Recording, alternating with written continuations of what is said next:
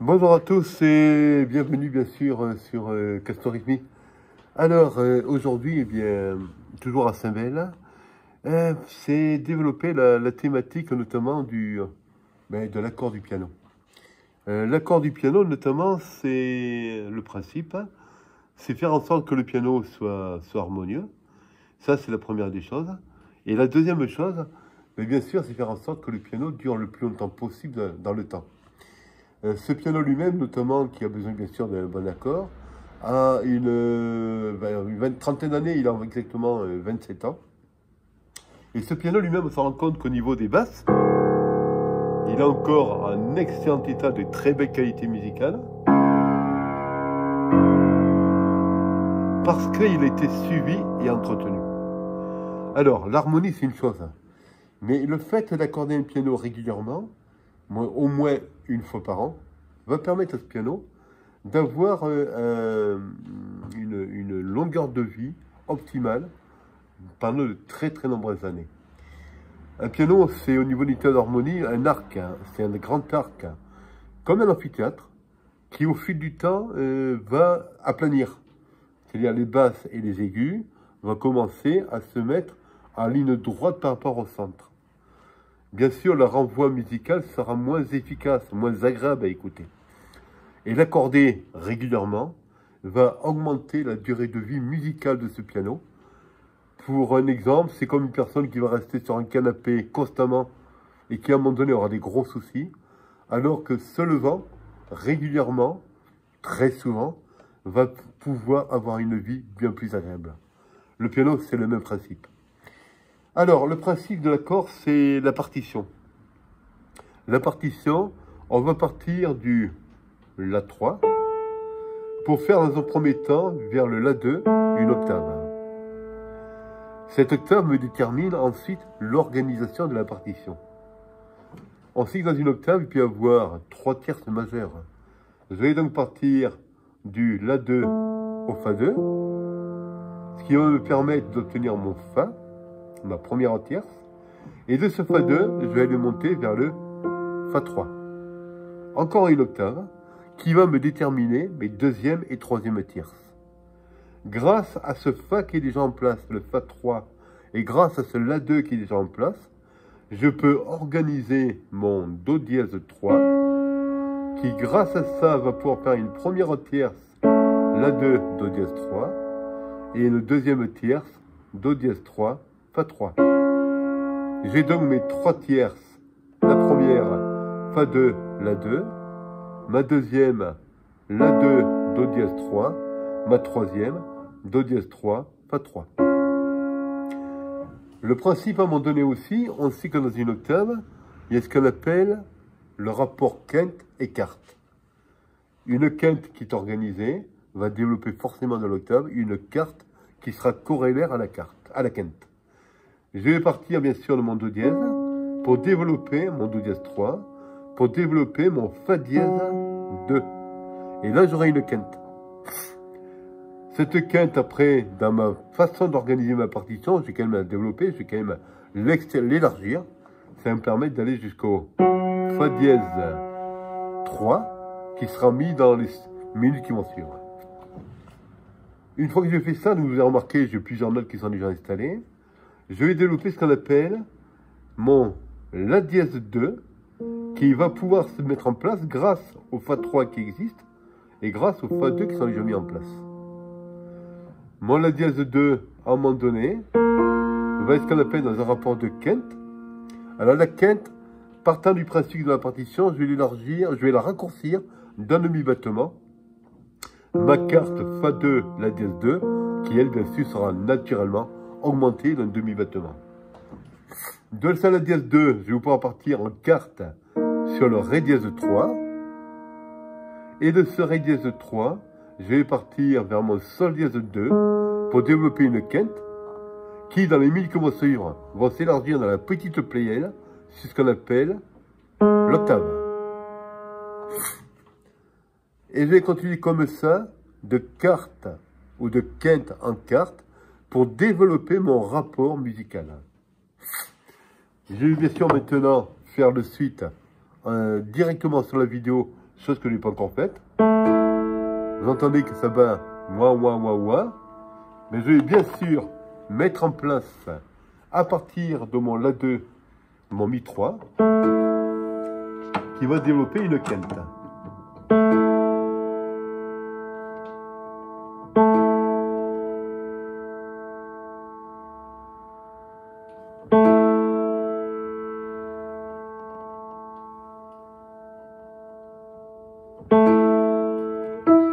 Bien sûr mes unissants que je cale, évidemment.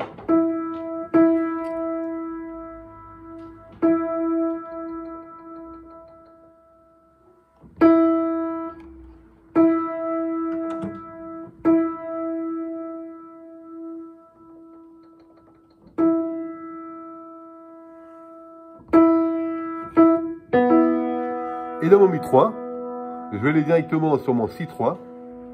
Pardon, de mon Mi3, je vais aller directement sur mon Si2 et qui, à un moment donné, va développer une carte.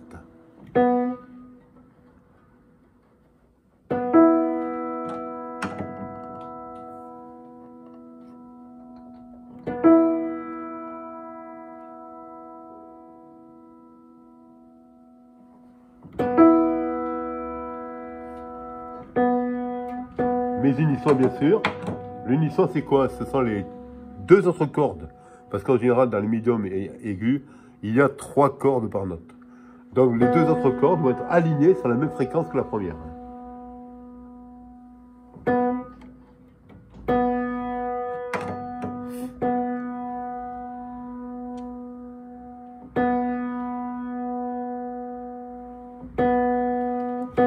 Vous avez remarqué que jusqu'à présent, il y a quelques notes qui ont été mises en place. La première, le La3. La deuxième, le La2, ça fait 2. Le Fa2, 3. Le Fa3, 4. Le Do dièse 3, 5. Le Fa dièse 2, 6. Ensuite, le Si dièse, le La dièse 2, 7. Le Ré dièse 3, 8. Le Sol dièse 2, 9. Le Mi 3, 10. Le Si 2, 11. Il me reste encore l'équivalent de pratiquement 3 notes en mise en place. Donc, ensuite, une fois que je fais mon Si, je vais repartir donc, du Fa 2 pour arriver directement sur le Do 3. Et là, je vais pouvoir faire ma quinte, ma fameuse quinte, qui va être diminuée d'un demi-battement par rapport à l'ensemble de l'intervalle.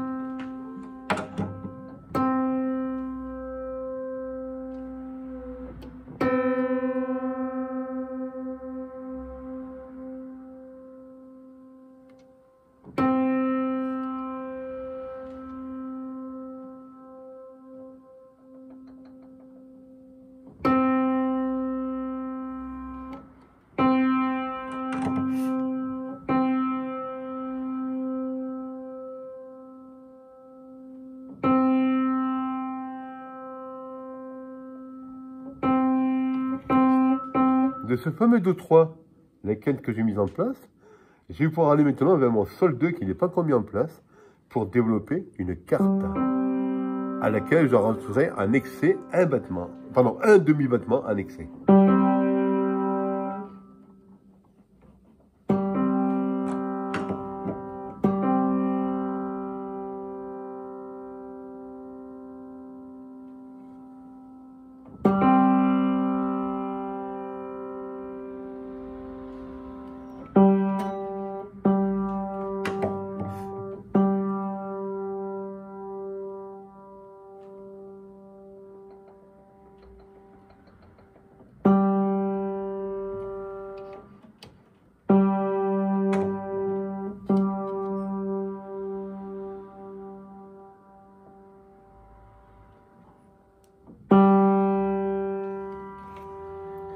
Ce fameux Sol 2 qui est mis en place, je vais pouvoir faire ma dernière note de la partition, qui est ce qu'on appelle le Ré 3, une quinte, Sol 2, Ré 3, qui va être ce qu'on appelle avec un intervalle diminué d'un demi-battement.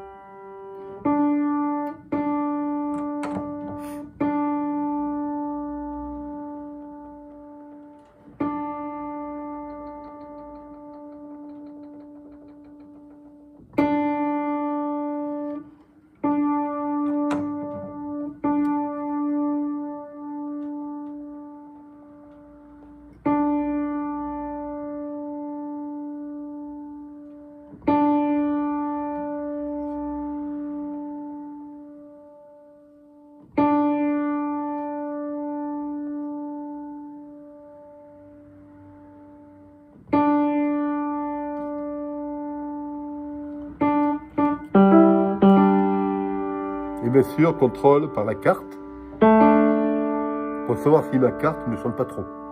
Donc mon Sol 2, Ré 3, et je contrôle le mouvement par ma carte La 2, Ré 3, pour entendre une belle harmonie qui va organiser la quinte et la carte. Et une fois que j'avais fait ça, je me rappelle à l'époque, c'est que quand on était dans cette école d'apprentissage, on nous disait c'est bien, mais on n'est pas fini. Et bien c'est vrai que c'était pas terminé. Puisqu'ensuite, il va y avoir le même principe qui va se développer vers les aigus, avec notamment le principe des octaves qui vont s'organiser. Les octaves vers la fin des aigus qui vont être légèrement augmentées d'un demi-battement. Et moi-même, quand ensuite je fais ce qu'on appelle vers les basses elles-mêmes qui vont tranquillement se mettre octave en octave. Et vers la fin des basses, que je vais diminuer au niveau des intervalles d'un demi-battement, pour développer une harmonie considérablement agréable au niveau du piano.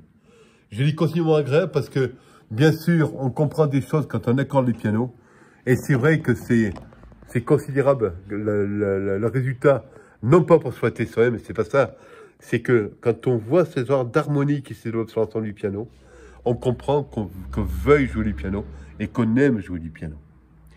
Voilà, je vous souhaite à tous d'avoir passé...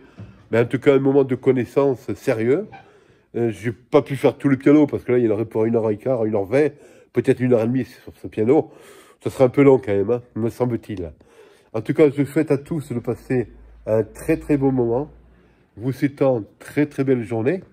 Et bien sûr, très très bonne continuation avec tous ces pianos que l'on peut deviner aujourd'hui à Saint-Bel. Passez une très bonne journée et à bientôt.